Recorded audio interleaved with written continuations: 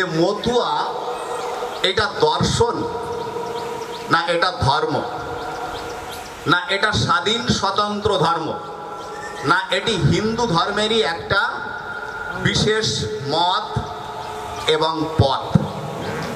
এই প্রশ্নগুলো এখন প্রত্যেকটা আলোচনাতেই কিন্তু উঠে আসছে। আর একটা খুব অফেনলি কোটেড দুটো লাইন যেটা প্রায় ব্যবহৃত হয় বিশেষ করে অনলাইন মিডিয়াতে, সেই দুটো লাইন এরকমের যে হরিশাল বলিশাল ভক্ত গণে গণে নাহিকো বৈদিক ক্রিয়া শ্রী বারুণী বিনে। এই দুটো লাইন আর কুকুরের উচ্ছিষ্ট প্রসাদ পেলেও খাই, বেদ বিধি শৌচাচার নাহি মানি তাই। এই চারটে লাইনের মধ্যে অনেক ধরনের ধাঁধা, অনেক ধরনের তত্ত্ব লুকিয়ে আছে। আর একটা জায়গাতে রাম হরি, কৃষ্ণ হরি, শ্রী গৌরাঙ্গ হরি, হরিচাঁদ আসল হরি, পূর্ণানন্দ হরি। আজকে এই জায়গাটিতে যে ফরম্যাটে অনুষ্ঠানটি হচ্ছে, এটা আমাদের ভবিষ্যতের জন্য একটি নতুন পথ, নতুন নির্দেশনা এবং নতুন একটি দিগদর্শন হবে বলে আমি আশা করি। এবং এই অনুষ্ঠানটাকে আদর্শ মেনে অদূর ভবিষ্যতে হরিচাঁদ গুরুচাঁদ ঠাকুরের যে দর্শন, যে তাত্ত্বিক এবং দার্শনিক জায়গাটি, সেই জায়গাটি এরকম আলোচনার ভিতর দিয়ে, যুক্তিতর্কের মধ্য দিয়ে এটি আমাদের সামনে চলে আসবে বলে আমি দৃঢ়ভাবে বিশ্বাস করি। আমার স্নেহের ছোট ভাই আশিস বাগচি তার সূচনা বক্তব্যে মতুয়া ধর্ম দর্শনের বেশ কিছু বিষয় উল্লেখ করে গিয়েছেন প্রশ্ন আকারে। এবং এখানে যারা মতুয়া ধর্ম দর্শনের গবেষক, তাত্ত্বিক, দার্শনিক যারা আছেন, লেখক যারা আছেন, তাদের কাছ থেকে এই বিষয়গুলোর একটা সুরাহা বা একটা মীমাংসা বা একটা সিদ্ধান্ত জানতে চেয়েছেন। সত্য কথা বলতে কি, মতুয়া ধর্ম দর্শনের যে সঠিক রূপরেখাটি কি, এই ব্যাপারটি নিয়ে আমাদের আরও কয়েক দশক গবেষণার ভিতর দিয়ে যেতে হবে। কারণ মতুয়া ধর্ম দর্শন নিয়ে এর আগে এতটা নিবিড়ভাবে, এতটা গভীর অনুধ্যানের ভিতর দিয়ে এর আগে মতুয়াদের যে আকর গ্রন্থ, মহামতি তারক সরকার মতুয়া ধর্ম দর্শনের মহাকবি, তিনি যে গ্রন্থখানা আমাদের দিয়ে গিয়েছেন, শ্রী শ্রী হরি লীলামৃত, এবং মতুয়াদের অন্যান্য যে আকর গ্রন্থ, শ্রী শ্রী হরিচাঁদ চরিত থেকে শুরু করে মতুয়াদের যে সঙ্গীত সাধনার যে বই, সেই গানগুলো নিয়ে, অশ্বিনীর গান এবং তারক গোসাইয়ের যে গান, সেগুলো নিয়ে আসলে ওইভাবে ব্যাখ্যা বিশ্লেষণ করে সেই গানের যে কথা, যে বাণী, সেগুলোর দার্শনিক তাত্ত্বিক ভিত্তিক কি, সেইটা পুঙ্খানুপুঙ্খভাবে আমাদের ভিতরে আলোচনা ওইভাবে আসেনি। যার কারণে ওই গানের কথা এবং ওই লীলামৃতের যে কাব্যিক ভাষায় লীলামৃত লেখা, লীলামৃতের অনেক কথা আছে যেগুলোর মানে আমরা এখন আসলে উদ্ধার করতে পারিনি। সঠিকভাবে উদ্ধার করতে পারছি বলে আমি ব্যক্তিগতভাবে আমার কাছে মনে হয়নি। কারণ আমি যখন লীলামৃত পড়ি এবং সেই জায়গাগুলো যখন আমার সামনে আসে, তখন আমি নিজেই দ্বিধান্বিত হই যে এই বাক্যগুলোর অর্থটা কি হতে পারে। সেরকমের একটি জায়গার কথা আমি যদি বলি যে কুকুরের উচ্ছিষ্ট প্রসাদ পেলেও খাই, বেদ বিধি শৌচাচার নাহি মানি তাই। এই দুটি কথা দ্বারা আসলে তারক গোসাই হরিচাঁদ ঠাকুরের দর্শনের কোন দিকটাকে উন্মোচন করেছে। আর একটা খুব অফেনলি কোটেড দুটো লাইন যেটা প্রায় ব্যবহৃত হয় বিশেষ করে অনলাইন মিডিয়াতে, সেই দুটো লাইন এরকমের যে হরিশাল বলিশাল ভক্ত গণে গণে নাহিক বৈদিক ক্রিয়া শ্রী বারুণী বিনে। এই দুটো লাইন আর কুকুরের উচ্ছিষ্ট প্রসাদ পেলেও খাই, বেদ বিধি শৌচাচার নাহি মানি তাই, এই চারটে লাইনের মধ্যে অনেক ধরনের ধাঁধা, অনেক ধরনের তত্ত্ব লুকিয়ে আছে। আর একটা জায়গাতে রাম হরি, কৃষ্ণ হরি, শ্রী গৌরাঙ্গ হরি, হরিচাঁদ আসল হরি, পূর্ণানন্দ হরি। একটি কথা আমার ভাই আশিস বলে গিয়েছে যে মতুয়া এটা দর্শন না এটা ধর্ম, না এটা স্বাধীন স্বতন্ত্র ধর্ম, না এটি হিন্দু ধর্মেরই একটা বিশেষ মত এবং পথ। এই প্রশ্নগুলো এখন প্রত্যেকটা আলোচনাতেই কিন্তু উঠে আসছে।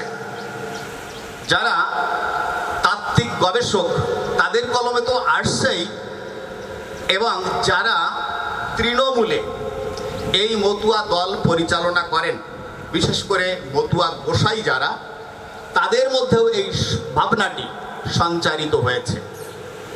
তারাও এই প্রশ্ন সামনে নিয়ে আসছে, আসলে হরিচাঁদ ঠাকুর, গুরুচাঁদ ঠাকুর আমাদেরকে কি স্বাধীন স্বতন্ত্র ধর্ম দিয়েছেন? যদি স্বাধীন স্বতন্ত্র ধর্ম দিয়ে থাকেন তাহলে সেই স্বাধীন স্বতন্ত্র ধর্মের বৈশিষ্ট্যটা কি? এই প্রশ্নটা কিন্তু এসে যায়। মতুয়া কি হিন্দু ধর্মের অংশ? যদি মতুয়া হিন্দু ধর্মের অংশ হয় তাহলে আমরা লীলামৃত থেকে কয়েকটা কোটেশনকে আমরা উদ্ধৃত করতে পারি। একটা জায়গায় আমরা দেখেছি গুরুচাঁদ চরিতে এরকমের লেখা আছে, সর্বধর্ম লঙ্ঘি এবে করিলেন স্থূল। লীলামৃত, সর্বধর্ম লঙ্ঘি এবে করিলেন স্থূল, শুদ্ধ মানুষেতে আরতি এই হয় মূল। তাহলে সর্বধর্ম লঙ্ঘন করা বলতে আমরা কি বুঝি? লঙ্ঘন মানে কি? ভায়োলেশন, ট্রান্সগ্রেশন করা, তাই না? এক কথায় খারিজ করে দেওয়া। এই সর্বধর্মের মধ্যে কি শুধু হিন্দু ধর্মের কথা বলেছে, না পৃথিবীতে প্রচলিত তথাকথিত যত ধর্ম আছে সমস্ত ধর্মকে তিনি খারিজ করেছেন? এই প্রশ্নটি কিন্তু চলে আসবে নাকি? তারপরে এই মতুয়াদের যে মূল কথা, মতুয়া ধর্ম দর্শনের মূল কথা একেবারে জিস্ট আকারে, বাণী আকারে চলে এসেছে। বাণী মানে কি? একেবারে সতর্ক বার্তা হিসেবে হরিচাঁদ ঠাকুর আমাদের সামনে হাজির করেছেন। কিভাবে হাজির করেছেন? তিনি বলছেন, দেখেন, জীবে দয়া, নামে রুচি, শুদ্ধ মানুষেতে নিষ্ঠা, ইহা ছাড়া আর যত সব ক্রিয়া প্রশ্ন। তথাকথিত এই বিশ্বে যত প্রচলিত ধর্ম আছে সেই ধর্মগুলোতে ঈশ্বর বা ভগবানের বা অবতারের যে সংজ্ঞাগুলো তারা দাঁড় করিয়েছিল, লীলামৃতের মধ্যে হরিচাঁদ ঠাকুর এবং গুরুচাঁদ ঠাকুর গুরুচাঁদ চরিতের ভিতরে সেই সমস্ত সংজ্ঞাগুলোকে খারিজ করে আমাদেরকে ঈশ্বর ভগবান অবতারের নতুন সংজ্ঞা দাঁড় করিয়েছেন এবং আমাদেরকে ঈশ্বর সম্পর্কে নতুন ধারণা আমাদের মধ্যে প্রথিত করেছেন। কেমন করে প্রথিত করেছেন? দেখেন, যে যারে উদ্ধার করে সেই তার ঈশ্বর, ভক্তি যোগে সেই তার স্বয়ং অবতার। তাই তো? তাহলে ঈশ্বরের সংজ্ঞা এবং অবতারের সংজ্ঞা কিন্তু তিনি বদলে দিয়েছেন। আমরা ওইখানে দেখেছিলাম কি রকমের অপ্রপঞ্চাৎ প্রপঞ্চ অবতরণম অবতার, তাই তো? অপ্রপঞ্চ জগৎ থেকে প্রপঞ্চ জগতে নেমে আসার নাম অবতার। কিন্তু এইখানে আমরা যেটা দেখলাম, অপ্রপঞ্চ জগতের কথাটা তিনি ত্যাগ করে দিলেন, সরাসরি বললেন যে যারে উদ্ধার করে সেই তার ঈশ্বর, ভক্তি যোগে সেই তার স্বয়ং অবতার। তাহলে যে ঈশ্বর এক এবং অদ্বিতীয়, এই ধারণাটা কিন্তু আর থাকে না। ঈশ্বরের যে বহুত্ব, তাই না, সেই বহুত্ববাদী যে দর্শনটি, সেই দর্শনটি কিন্তু আমাদের সামনে তিনি হাজির করলেন। এইবার আমরা দেখব যে মতুয়ারা হিন্দু কি না। এইখানে আমাদের কয়েকটি প্রশ্নের উত্তর দিতে হবে। আচ্ছা, আমরা যদি হিন্দু হই তাহলে আমাদের সর্বমান্য একটা গ্রন্থ থাকবে নাকি? এটা থাকবে নাকি? প্রত্যেকটা ধর্মের একটা সর্বমান্য গ্রন্থ আছে না? আবার একজন প্রবর্তকও আছে নাকি? এইবার যদি প্রশ্ন করি এই হিন্দু ধর্মের প্রবর্তক কে, আমাদের কাছে কি এর কোনো উত্তর আছে? এই হিন্দু ধর্মের প্রবর্তক কি আছে? বলতে পারবেন আমাদের হিন্দু ধর্মের প্রবর্তক কে? এইবার আমরা বলি হিন্দু ধর্মের মূল গ্রন্থ কোনটা? বেদ। আপনি যদি বেদ মানেন তাহলে আপনি হিন্দু। আপনি যদি বেদ না মানেন তাহলে কি আপনি হিন্দু হবেন? ওই ধর্মের মূল গ্রন্থটাকে যদি আপনি মান্যতা না দেন তাহলে কি আপনি হিন্দু থাকবেন? একজন মুসলমান হয়ে যদি আপনি আল কোরআনকে এবং হাদিসের মান্যতা না দেন তাহলে আপনি হিন্দু থাকেন কি না, মুসলমান থাকেন কি না, সেটি একটি প্রশ্ন। এই বেদ সম্পর্কে হরিচাঁদ ঠাকুর কি বলেছেন? যে বেদ বিধি শৌচাচার নাহি মানি তাই, কুকুরের উচ্ছিষ্ট প্রসাদ পেলেও খাই। তো যিনি বেদ মানলেন না, বেদের বিধি এবং বিধান মানলেন না, তিনি কিভাবে হিন্দু থাকেন? এইবার দেখেন, হিন্দু হতে গেলে দেব দেবতা, যাগ যজ্ঞ, পূজা পার্বণ, এটা তো হিন্দু ধর্মীয় রীতি নাকি? অবতারবাদ, অবতারবাদ, দেবত্ববাদ, দেব দেবীতে বিশ্বাস, পূজা পার্বণে বিশ্বাস, এটা কি হিন্দু ধর্মীয় সংস্কৃতি? হরিচাঁদ ঠাকুর কি এই দেব দেবতা, পূজা পার্বণ, যাগ যজ্ঞ এগুলো কি তিনি করেছেন? নাহি মানি দেব দেবী ঘটপট কিবা ছবি। তাহলে ঘটপট, দেব দেবী এগুলো তো তিনি মানেন নি, মেনেছেন? রাম কৃষ্ণ শিব দুর্গা বিষ্ণু গণপতি কাহারেও বদিতে মোর নাহিক স্বীকৃতি। তাহলে রাম কৃষ্ণ শিব দুর্গা বিষ্ণু গণপতি এদের যদি তিনি বসতে স্বীকৃতি না দেন তাহলে তিনি কি হিন্দু থাকেন? এইবার দেখেন, হিন্দু ধর্মের যে মূল ভিত্তি সেটা হচ্ছে কি? জাতপাত বর্ণ ব্যবস্থা। জাতপাত বর্ণ ব্যবস্থার উপরে দাঁড়িয়ে আছে হিন্দু ধর্ম। জাতপাত বর্ণ ব্যবস্থা হচ্ছে হিন্দু ধর্মের প্রাণ ভোমরা। এই প্রিন্সিপলের উপরে দাঁড়িয়ে জাতিতত্ত্ব বর্ণবাদ সৃষ্টি হয়েছে। সেটা কোনটা? ব্রাহ্মণ, ক্ষত্রিয়, বৈশ্য, শূদ্র, এবং এদের কাজ ভাগ করে দেওয়া হয়েছে এবং এদের দায়িত্ব কর্তব্য কি কি সেটা স্পষ্ট করে বলা হয়েছে। বলা হয়নি? দেখেন, এই হিন্দু ধর্মের যে মূল গ্রন্থগুলো, এই গ্রন্থগুলো সম্পর্কে হরিচাঁদ ঠাকুর, গুরুচাঁদ ঠাকুর কি বলেছেন? হিন্দু ধর্মের যিনি একেবারে যে হিন্দু ধর্মের যে হায়ারার্কি, সেইখানে সর্বস্তরে আছে কারা? ব্রাহ্মণ, বৈষ্ণব, এরাই তো নাকি? এরা না? হরিচাঁদ ঠাকুর, গুরুচাঁদ ঠাকুরের পরিবার ছিল বৈষ্ণবীয় আদর্শে অনুশাসিত। তো 14 পুরুষের এই বৈষ্ণবীয় রীতি, ব্রাহ্মণ্য সংস্কৃতি, অনুশাসন ভেঙে দিয়ে বৈষ্ণবের কুটিনাটি খণ্ডন কারণ হরিচাঁদ ঠাকুর এই জন্যই তো আবির্ভূত হয়েছে নাকি? তো বৈষ্ণবের কুটিনাটি, কুটিনাটি মানে কি? দোষ ত্রুটি, বাড়াবাড়ি, তাই না? কিসের বাড়াবাড়ি? আচার আচরণের, শৌচাচারের বাড়াবাড়ি। এই এই যে শ্রাদ্ধকে কেন্দ্র করে যে শৌচাচার, যে আমরা বাবা মা মরে গেলে অশৌচ হই। আচ্ছা, বাবা মা মরে গেলে কেন অশৌচ হতে হবে? আমাকে যদি শৌচাচার পালন করতে হয় তাহলে আমি এক সপ্তাহ ধরে তেল নিতে পারি না, সাবান নিতে পারি না, স্যান্ডেল পায়ে দিতে পারি না।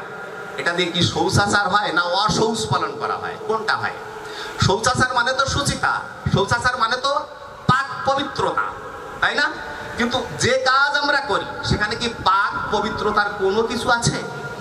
কোনো কিছুই নাই। এই কারণে হরিচাঁদ ঠাকুর এবং গুরুচাঁদ ঠাকুর এই শৌচাচার যে বিধি, এটা ব্রাহ্মণ্য রীতি। এই জন্য ব্রাহ্মণ সম্পর্কে হরিচাঁদ ঠাকুর, গুরুচাঁদ ঠাকুর আমাদেরকে সাবধান করেছেন, সতর্ক করেছেন। কিভাবে সতর্ক করেছেন? কোথায় ব্রাহ্মণ দেখো, কোথায় বৈষ্ণব, স্বার্থ বসে অর্থলোভী যত ভণ্ড সব। যেদিন ব্রাহ্মণ্যবাদ ধুয়ে মুছে যাবে সেদিন এ জগৎ সুপবিত্র হবে। তাহলে হিন্দু ধর্ম দাঁড়িয়ে আছে ব্রাহ্মণ্যবাদের উপরে, বৈষ্ণবীয়বাদের উপরে এবং এই জাতপাতের উপরে। তো হরিচাঁদ ঠাকুর, গুরুচাঁদ ঠাকুর যদি এই জাতপাত, বর্ণবাদ, ব্রাহ্মণ্যবাদ, বৈদিকতাবাদ, মনুবাদ তার ঘর থেকে ধুয়ে মুছে সাফ করে দেন, তাহলে এই মতুয়া ধর্ম দর্শনের এই মতটি কিভাবে হিন্দু ধর্মের সাথে যুক্ত হয় সেটি আমার একটি জানার ইচ্ছা। বিদগ্ধ বক্তা আছেন, তারা বলবেন। এইবার আমি বলি, দেখেন, নাহি মানে দেব দ্বিজ, আলাদিয়া পথ, আলাহিদা পথ মানে আলাদিয়া পথ, ইহারা হয়েছে এক হরি বলা মত। তাহলে দেব দ্বিজ এরা মানে না, দেবতা মানে না, দ্বিজও মানে না। তাহলে এই যে গুরুচাঁদ ঠাকুরকে যারা শিব বলে, তাহলে ওই শিব বলার সাথে এই দেব দ্বিজ না মানার একটা সাংঘর্ষিক অবস্থা তৈরি হলো না? আসলে গুরুচাঁদ ঠাকুর শিব না, গুরুচাঁদ ঠাকুর হচ্ছে ত্রিকালজ্ঞ। ত্রিকালজ্ঞ কি জিনিস? যিনি বর্তমান, অতীত এবং ভবিষ্যৎ বলতে পারেন, যার বর্তমান, অতীত, ভবিষ্যৎ সম্পর্কে সম্যক ধারণা আছে, তিনি হচ্ছেন যে ত্রিকালজ্ঞ ব্যক্তি। এই ত্রিকালজ্ঞ তিনি কিভাবে হয়েছিলেন? তিনি জগৎ, জীবন, সংসার, এটাকে, প্রকৃতিকে, সমাজ বাস্তবতাকে তিনি কাছ থেকে দেখেছেন, স্টাডি করেছেন। দেখার ফলে তার একটা দূরদর্শিতা তৈরি হয়েছিল এবং তিনি এই সমাজকে আয়নার মতো স্পষ্টভাবে তিনি দেখতে পারতেন। এই কারণে হরিচাঁদ ঠাকুরকে, গুরুচাঁদ ঠাকুরকে আমরা ত্রিকালজ্ঞ বলতে পারি। শিবের সাথে হরিচাঁদ ঠাকুরকে বা গুরুচাঁদ ঠাকুরকে মেলানোর কোনো সুযোগ নেই। এখন প্রশ্ন হতে পারে যে স্যার, তাহলে আপনি কি লীলামৃত গুরুচাঁদ চরিতর থেকে কি আপনি বেশি বোঝেন? না, আমি একেবারেই বেশি বুঝি না। আমি গুরুচাঁদ চরিতও কিছু বুঝি না, লীলামৃতও কিছু বুঝি না। তবে গুরুচাঁদ চরিত, লীলামৃত প্রকাশের ইতিহাসটা যদি আমরা না জানি তাহলে কিন্তু আমরা মতুয়া ধর্ম দর্শনকে বুঝতে পারবো না। লীলামৃত একদিনে প্রকাশিত হয়নি। ইভেন লীলামৃতের যিনি লেখক তারক সরকার মারা যাওয়ার 2 বছর পরে লীলামৃত ছাপা হচ্ছে। তারক সরকার মারা যায় কত সালে? 1914 সালে। লীলামৃত ছাপা হচ্ছে 1916 সালে। বাংলা 1323 সালে, ইংরেজি 1916 সালে। আপনারা লীলামৃত ছাপানোর ইতিহাসটা ভালো করেই জানেন। কলকাতার সিদাম মুচিলেন যে জায়গা থেকে এই লীলামৃতটা ছাপানো হয়েছিল, মানে তারক সরকারের যে পাণ্ডুলিপি, হাতে লেখা পাণ্ডুলিপিটা সেখানে নিয়ে যাওয়া হয়েছিল। কয়েকবার করে সেই ব্রাহ্মণ্যবাদী ছাপাখানার মালিকেরা, কর্তৃপক্ষ এই পাণ্ডুলিপি পড়ে ফেরত দিয়েছে যে এটা ছাপা যাবে না। কেন ছাপা যাবে না? তারা পড়ে দেখলো এই লীলামৃতের মধ্যে যা লেখা হয়েছে এইটা যদি অক্ষতভাবে অবিকৃতভাবে ছাপা হয়, তাহলে হিন্দু ধর্ম, বর্ণবাদী যে হিন্দু ধর্ম, জাতপাত বর্ণবাদ ক্লিষ্ট, এই হিন্দু ধর্ম একটা সংকটের মুখে পড়বে। তখন বলল কি, এই জায়গায় সংস্কার করতে হবে। কিভাবে সংস্কার করতে হবে? আমাদের অবতারবাদকে প্রতিষ্ঠা করতে হবে। অবতারবাদ কি? অবতারবাদ এই বিষ্ণু থেকে কৃষ্ণ, বিষ্ণু থেকে রাম, রাম থেকে কৃষ্ণ, কৃষ্ণ থেকে চৈতন্য, চৈতন্য থেকে হরিচাঁদ, এদের মধ্যে একটা লিঙ্কেজ তৈরি করে দাও। লিঙ্কেজ তৈরি করে হিন্দুত্বের মধ্যে ঢুকিয়ে দাও। এইটা করে নিয়ে আসো। পরবর্তী পর্যায়ে যারা ছাপাতে গিয়েছিল তারা ফিরে এসে গুরুচাঁদ ঠাকুরের সাথে পরামর্শ করলো যে বিষয় তো এই, এখন আমাদের করণীয় কি? সেই সমাজ বাস্তবতায় দাঁড়িয়ে, যে সমাজ বাস্তবতায় দাঁড়িয়ে এই লীলামৃতটা ছাপা হচ্ছে, সেই সমাজ বাস্তবতা কিন্তু আজকের মতো ছিল না। ব্রাহ্মণ্যবাদ অনুশাসিত, মনুবাদ অনুশাসিত সেই সমাজে দাঁড়িয়ে লীলামৃতের মধ্যে যে ভাষা ব্যবহার করা হয়েছে, সেই ভাষাটা আজকেও আমরা আমাদের এই প্রকাশ্য অনুষ্ঠানে বলার সাহস আমরা রাখি না। যখনই আমরা সেই কথাগুলো বলতে যাই, পাশ থেকে হাত টেনে ধরে, বাবু ওই কথাটা বললেন না, ওই কথাটা বললে কিন্তু আমাদের সমস্যা হচ্ছে। হরিচাঁদ ঠাকুর, গুরুচাঁদ ঠাকুর এই মতুয়া ধর্ম দর্শন প্রতিষ্ঠা করতে গিয়ে তার সমাজের লোকের দ্বারা, এবং কোন সমাজের লোকের দ্বারা? ব্রাহ্মণ্যবাদ অনুশাসিত সমাজের লোকের দ্বারা। এবং সেটা তো আমাদের এখনো হচ্ছে। সর্বশেষ আমি সেই ঘটনার শিকার হয়েছি আমার বাড়িতে, আমার জ্যাঠামশাইয়ের জ্ঞাতিভোজ অনুষ্ঠানের কাজ করতে গিয়ে। সেখানে অনেকে গিয়েছিল। পরবর্তী পর্যায়ে থানা করে, পুলিশ করে, কোর্ট করে সেখান থেকে আমরা একটি রায় নিয়ে এসেছি। আমি কয়েকটা জায়গাতে বলবো যে মতুয়া ধর্ম শব্দটি লীলামৃতের মধ্যে, গুরুচাঁদ চরিতের মধ্যে আছে কিনা। মতুয়া ধর্ম শব্দটিকে লীলামৃতের মধ্যে এবং গুরুচাঁদ চরিতের মধ্যে অন্তত 5 থেকে 6 জায়গায় মতুয়া ধর্মটি লেখা হয়েছে। মতুয়া ধর্ম নামেই সেখানে এই শব্দটি আছে। এখন সেই রেফারেন্সগুলো যদি আপনারা চান, আমি সেই রেফারেন্সগুলো দিতে পারবো। এখন প্রশ্ন হচ্ছে যে কেন আমাদেরকে সেই সময়ে, আমাদের তো সনাতন ধর্ম ছিল না, তাহলে সনাতন ধর্ম না বলে কেন সেখানে সূক্ষ্ম সনাতন ধর্মের কথা তারক গোসাই বললেন হরিচাঁদের মুখ দিয়ে, তাই না? নাকি বুদ্ধের কামনা যাহা তাহা পরিপূর্ণ জন্য, নাকি যশবন্ত গৃহহরি হইল অবতীর্ণ, এরকম একটি কথা আছে না? এবং সূক্ষ্ম সনাতন ধর্মটা জানাই। দেখেন, হরিচাঁদ ঠাকুর, গুরুচাঁদ ঠাকুরকে অত সহজে বোঝা সম্ভব নয়। লীলামৃতকে আমরা বলি সুধার সাগর। সুধা মানে কি? এই সুধা শব্দটি কি বলে? অমৃত। স্বর্গে গেলে পাওয়া যায়, তাই না? দেবতারা অমৃত খায়। আচ্ছা, অমৃত কি রকমের? টেস্ট কি রকমের? অমৃতটা কি জিনিস? মতুয়া ধর্মটা সত্যটাই অমৃত। কিটা অমৃত? সত্য। আপনি যখন সত্যের সান্নিধ্য পাবেন, আপনি যখন সত্যটাকে জেনে যাবেন, চরম এবং পরম সত্য, তখন পৃথিবীর আর কোনো কিছু আপনার ভালো লাগবে না। এই কারণে বলছে সত্যবাদী জিতেন্দ্রিয় হইবেক যেই, না থাকুক ক্রিয়াকর্ম হরিতুল্য সেই। দেহের ইন্দ্রিয় বাস করেছে যে জন, তাহার দর্শনে হয় সব তীর্থ দর্শন। মতুয়াদের তীর্থ দর্শন নাই, কিন্তু আছে? তীর্থ দর্শন নেই। এই যে মন্ত্রের কথা বলেন, সেই মন্ত্রটা আছে? মন্ত্রটা কিন্তু নাই। দীক্ষা নাই মতুয়াদের, কিন্তু দীক্ষা করিবে না। তীর্থ পর্যটন, মুক্তি স্পৃহা শূন্য, নাই সাধন ভজন, আছে? তাহলে হিন্দু ধর্মের কোন রীতি মতুয়া ধর্ম দর্শনের মধ্যে নাই। মোট কথা, মতুয়া ধর্ম দর্শন হচ্ছে যে একটা মানবতাবাদী দর্শন। দেখবেন যে পৃথিবীতে যত নদ আছে, নদী আছে, এবং যত জলধারা আছে, এই জলধারার একটা উৎসমুখ আছে, তাই না? আর একটা আছে লক্ষ্যমুখ।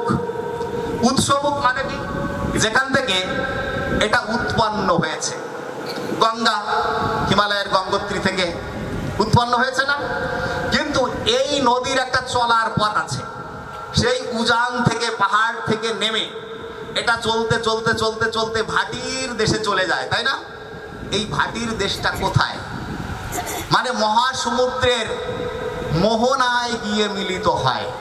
তো এই মতুয়া ধর্ম হচ্ছে যে বিশ্ব মানবতার মহামিলনের মহামোহনা। পৃথিবীতে যত নদ নদী আছে সেটি যেমন এক সময় ছুটতে ছুটতে ছুটতে ছুটতে তার অন্তিম লক্ষ্য এবং অন্তিম গন্তব্য মহাসাগরের মোহনায় গিয়ে নিজের অস্তিত্ব হারিয়ে ফেলে সেই মহা কি মিলন মেলায় নিজেদেরকে, মহামুক্তির মহামিলন মেলায় যখন নিজেদেরকে আত্মসমর্পিত করে, তখন তার অতীতের সমস্ত আত্মপরিচয় মুছে যায়, আর কিছুই থাকে না। তদ্রূপ পৃথিবীর প্রচলিত যত ধর্ম আছে এইগুলো হচ্ছে নদ নদী এবং জলাধারার মতো। এই যাবতীয় মত পথ, সব মত পথ এসে মানবতাবাদী এই মহামিলনের মহাধর্ম মতুয়া ধর্ম এসে একদিন বিলীন হয়ে যাবে, এবং সেটি শুরু হয়ে গিয়েছে। এই কারণেই বলেছেন সর্বধর্ম লঙ্ঘিয়েবে করিলেন স্থূল, শুদ্ধ মানুষেতে আরতি। এই হয় মূল মতুয়া ধর্ম দর্শনের দেব দেবতা ঈশ্বর ভগবান, এর কোনোটিকেই রাখা হয়নি। মতুয়া ধর্ম দর্শনে মানুষই ভগবান, তাই না? মানুষে আসিয়া মানুষে মিশিয়া করিব মানুষ লীলে, মানুষের কাছে যেতে বলেছে, তাই বলেনি? সেখানে গিয়ে আমরা এই যে অনেক সময় যে আকাশের দিকে হাত বাড়াই, অনেক লম্বা হয়ে যাবে বক্তব্য। আরো অনেক বিদগ্ধ তাত্ত্বিক বক্তা আছেন যারা এই বিষয়টি পুঙ্খানুপুঙ্খ বিশ্লেষণ করে আজকের এই মঞ্চ থেকেই মতুয়া ধর্ম না দর্শন এর মোটামুটি একটা মীমাংসা আমরা নিয়ে যেতে চাই। বিশেষ করে আমার শ্রদ্ধেয় মামা অধ্যাপক বিকাশ চন্দ্র আসবা, সরকারি হোসেন শহীদ সোহরাওয়ার্দী কলেজ মাগুরার বাংলা বিভাগের বিভাগীয় প্রধান। আমি ওনার ভাগ্নে, আমি উত্তম কুমার বিশ্বাস, মাগুরা সরকারি হোসেন শহীদ সোহরাওয়ার্দী কলেজের ইংরেজি বিভাগের সহকারী অধ্যাপক। আমরা এই দুই মামা ভাগিনে, বিশেষ করে আমি মামার কাছে কৃতার্থ। মামা আমাকে এই মতুয়া ধর্ম দর্শনে এনেছেন। এই মতুয়া ধর্ম দর্শনের পতাকা তলে যদি আমি না আসতাম, তাহলে হয়তো আজকে আমি ইস্কনে যোগ দিতাম, অথবা আমি বৈষ্ণববাদী কোনো সংগঠনে চলে যেতাম। যেমন করে আমার এই মতুয়া ঘরের লোক চলে গিয়েছে, বিপদগামী হয়ে গিয়েছে। আমরা আমাদের শিকড় ভুলে, আমরা আমাদের মূল ভুলে আমরা বিপদগামী হয়ে গিয়েছি, আমরা কক্ষচ্যুত হয়ে গিয়েছি। হরিচাঁদ ঠাকুর হচ্ছে যে আমাদের এই যে বিশ্বমণ্ডল, এই বিশ্বমণ্ডলের কেন্দ্রে কে অবস্থান করে? সূর্য।